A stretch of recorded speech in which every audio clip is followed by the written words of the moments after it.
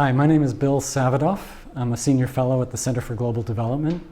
The Center for Global Development is a think tank here in Washington, D.C. We describe ourselves as a think and do tank. We do research, but we try to bring it to action.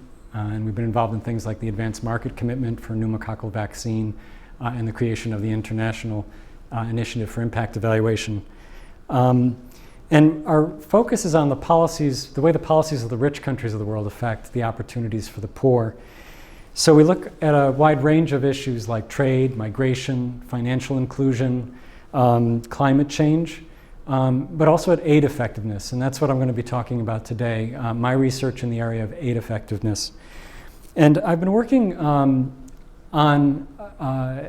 aid effectiveness in a number of different hats. I worked at the Inter-American Development Bank for many years and at the World Health Organization, and increasingly got involved in projects that were using payments for results or some kind of financial incentive to try to improve the delivery of public services.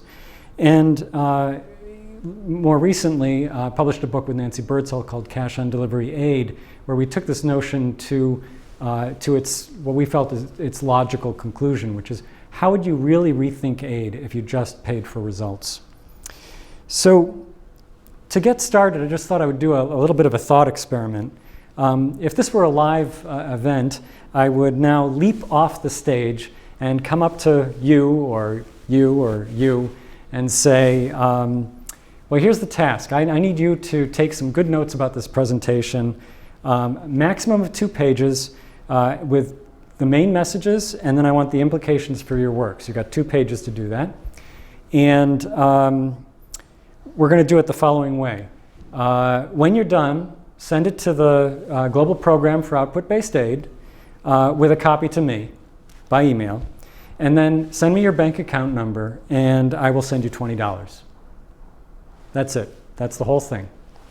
So that's essentially a pay-for-results kind of model. Then I would jump off the stage and go to some other person, and I would say, okay,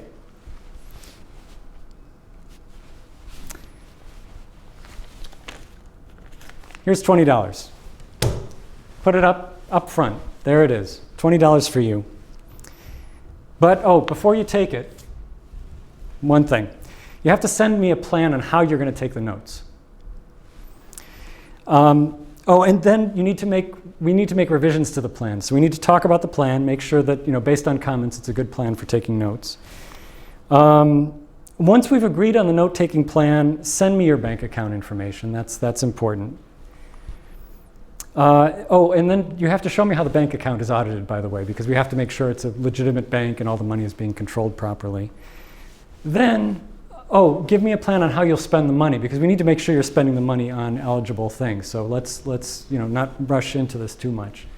Oh, and when you spend it, please keep all your receipts. That's really important because we have to be able to come back later and check. Possibly we may ask for the receipts, and then to make sure they were eligible. And oh, that if any of the money is misspent, of course you have to return it. So here's the $20. And I think that's it. I think we're done with that contract. Oh, did I tell you where to send the notes? Oh, well, this is a little bit of a silly example, but the point I'm trying to get across is that in the typical way we do a conventional aid project, there's so much time and attention spent on the planning, on the procedures, on the eligibility of the funds, on the controls, that the outcome that you're looking for, the output, can easily get lost. And so this is my caricature of a conventional aid project. So that's by way of motivation to really draw out a very stark contrast. And the world is much more nuanced than that, but that sort of gets the main point across. And these are the main messages that I really want to make today. The first message is that conventional aid can hinder development. I mean, that's the first message.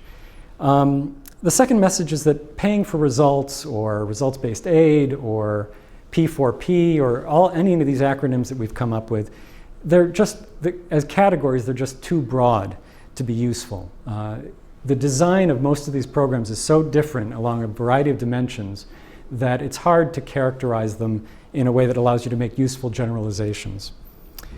And I'll talk about how some of the projects we've researched and looked at vary.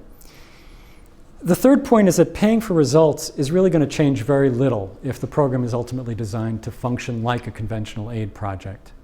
And then the final point is, if it's not going to function like a conventional aid project, if it's really going to change things, it's probably going to have these two features. It's going to have independent verification of the result, and it's going to have a great deal of discretion for the recipient to decide how and when and what they do to achieve the outcome.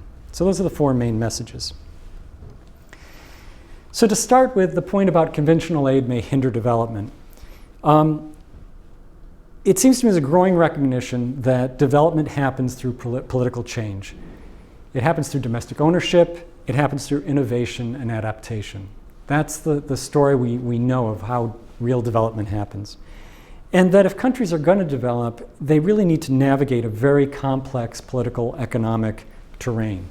They need to establish new institutions, and when they do, they're going to be altering power, and they're going to be altering wealth.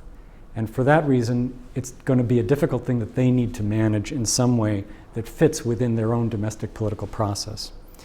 And this is where the conventional aid approach runs into problems, because in many ways, the conventional aid approach is antithetical to both of these processes.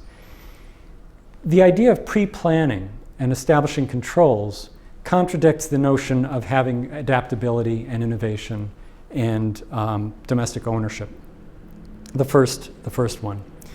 And then the demand that we can attribute impact to this specific project, and that we tend to know a lot less about the local conditions and local way of doing things and how things happen in a particular country, contradicts the second one. The fact that this change that you're trying to get in an education system or in a water system or an energy system really requires some important changes that affect power and wealth in that country. So these are ways in which conventional aid really isn't designed to work with the development process. And the key problem, as I see it, is that we, meaning people in the aid agencies, people in the development community outside countries, we have an illusion of control. We proceed with the idea that we can guarantee success ex ante by diagnostics and planning. We look at disbursements as if they're actually measuring progress along the project when it might be measuring something very different. We believe that we can ensure that the transfers are additional and that we can track funds to their final uses. We think that we can attribute changes to our specific program. We think that we can impose conditions without undermining recipient ownership. These are, again, I've sort of stated them baldly, but they're ways we work, implicit beliefs about the way we work that are all made up as an illusion of control. And so the hypothesis, and I lay this out as a hypothesis because there really isn't a large enough experience with pay for results, I don't think, to make a claim that this is how pay for results works. But this is the hypothesis, that in contrast to conventional aid, if you structure a paying for results program very different from conventional aid in terms of autonomy, discretion, and independent verification, the payments may work with rather than against development. So what would be the key features? It would have to be payments that are really ex post. The recipients would really have to have full autonomy and discretion. The controls that you do have in place would be mostly ex post. They'd be fairly limited. And so they would be creating a better balance between the goals of the program that you're trying to achieve and the risks that there may really be.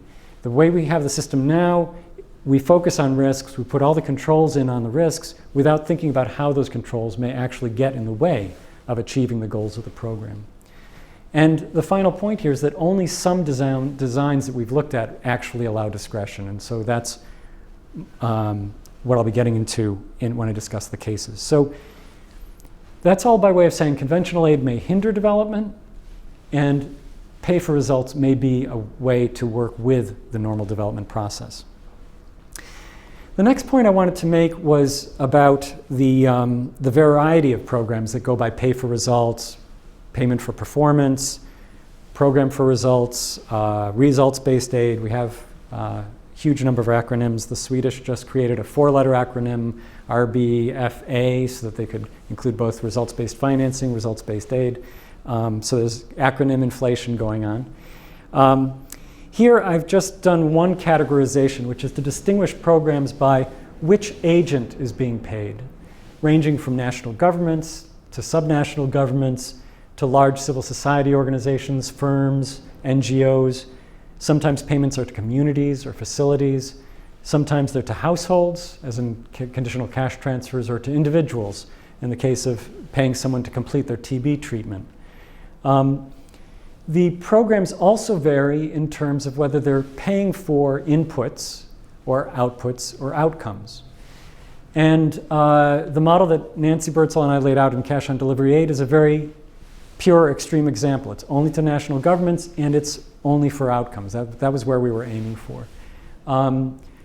The other programs, output-based aid, tend to be paying for things that are in this category, firms or districts or communities, for outputs like water or energy connections.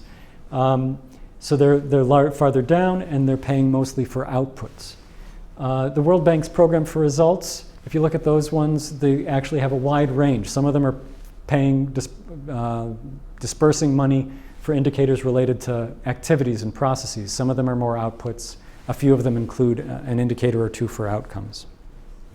So just on these two dimensions, these programs vary a lot. And so I encourage people not to generalize too much unless they really are looking at one set, just at households, just at outputs, or something like that. And I think that this difference that the British Aid Agency makes between results-based aid and results-based financing, maybe not the best terminology, but the distinction between payments that go to governments and payments that go to providers or individuals or households is very useful, because the political economy of payments at this level are very, very different. I won't go into this in detail, but a recent paper I did with Rita Parakis, we have an appendix where we listed out about 13 of these dimensions. The time frame, is it a long frame or a short time frame?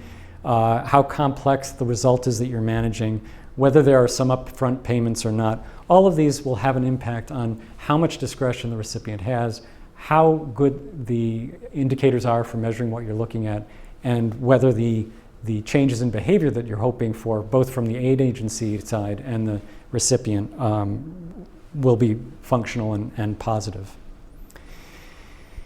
So that's about the message about how these are a wide range of things.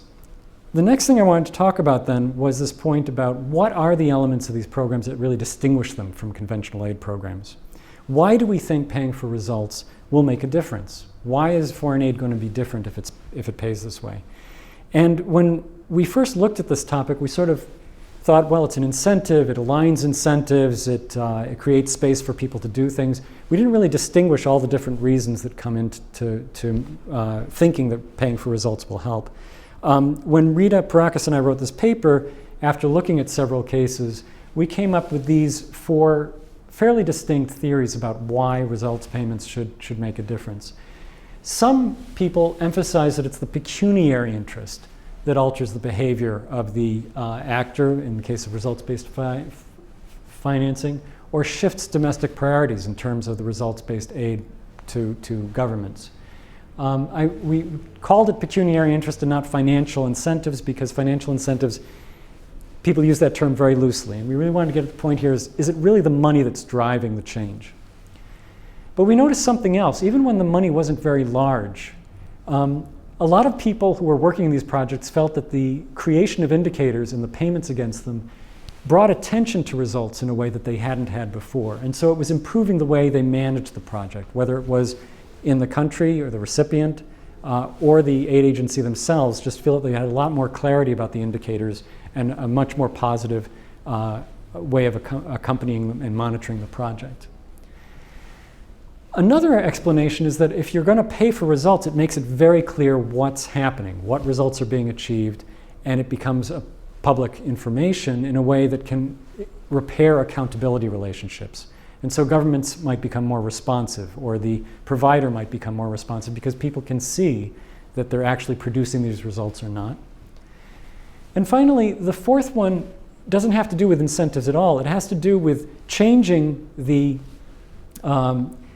structure of the payment in such a way that the recipient actually has more autonomy to do what they think will get the results that they're looking for, and encourage a kind of a local problem solving. And it does this because the aid agency or the payer isn't involved in the day-to-day or in the pre-planning or anything like that. They're paying attention to the results, and they're giving space for the recipient to undergo this more indigenous or autonomous local problem-solving process. So how does this play out? These were 4 cases that we looked at in the results-based aid side of the equation. So this is the payments to governments for something. In the case of the Global Vaccine Alliance, they paid $20 for each additional child who was immunized. In the Amazon Fund, they were paying for tons of carbon emissions that were averted in the Amazon by measuring the amount of deforestation from satellites. In Ethiopia, DFID had a program that paid the government for secondary school completers. They measured how many children were getting through the secondary school system and taking a test at the end of secondary school and paying something like $100, $150 for each completer. And the IDB managed a program in Central America called Salud Mesoamerica, which began with certain investments, but a half of the counterpart money put up by the governments, up to a half of that could be turned into a grant based on how much health improvements they found from household health surveys like a DHS. And what's interesting in each of these cases is that most of these, in the case of Gavi, for example, there was no independent verification of the immunization rates. And so there was some evidence that the amount of immunization coverage was actually exaggerated in some cases. The Amazon Fund was fairly independently verified. It's satellite technology, and it was independent. The DFID and the Salud Mesoamerica also had a good process of independently verifying the results. But in terms of the theories that I was talking about in recipient discretion, only the Amazon Fund really gave its recipient full discretion about how they were going to try to reduce these carbon emissions in this case. In each of the other cases, there was some involvement in planning. In the case of DFID, there's a large sector program in parallel to the results-based aid program that was keyed on education. In Gavi, there was 3 years of plans and input financing before they could get to the performance payment. And so what you see happening in each of these things is that they're recreating in some ways some of the same problems that I pointed out in the conventional aid model.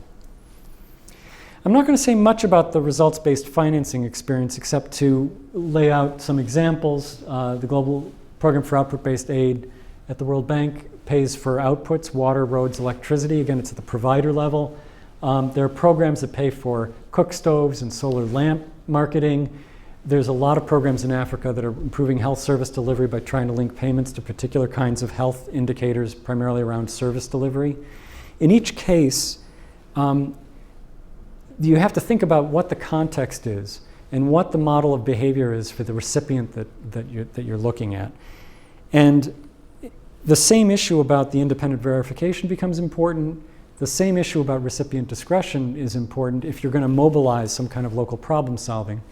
But the political economy of a government is very different from the, so we say, the mini political economy of a healthcare provider. And this is where the big difference is between RB and RBF, results-based aid and results-based financing. Results-based aid, if it really increases autonomy and discretion, is going to change the aid relationship by constraining the funder's discretion. They can only pay out when the results are achieved, and they have to stop paying out or pay less if it's not achieved. And by restricting that discretion and control of the funds and control of how money is used, it allows the recipient to have autonomy and discretion and take responsibility for programs. Results-based financing, I think, is very promising. There's a lot more experience in that field for influencing the kind of organizational, sociological, and economic behaviors, but the specifics are going to vary across sectors. And this is where there's a lot of cross-sector learning that can happen, but a lot of very specific sector issues that have to be dealt with at time in each case. The health sector work I'm most familiar with is the one that's most advanced in this case because they have a variety of these kinds of programs in many different countries. So to conclude, the general lesson that I take from the work that we've looked at and from thinking through these 4 different theories about why this should be different, about whether it's the pecuniary interest that's motivating them, whether it's the attention to the results that gets people to manage better, whether it's publishing results so that the recipient is accountable to the people they're providing services for, or whether it's the recipient's discretion, opening up space for them to actually be able to innovate and do local problem solving. Those 4 theories, breaking that apart, made it very clear to us that good indicators are, the indicators have to be close to outcomes and responsive to the recipient's actions, but the 2 things here at the bottom, the independent verification is essential, and most important of all, without autonomy and discretion, pay for results programs are likely to function much more like conventional aid. And with that, thank you.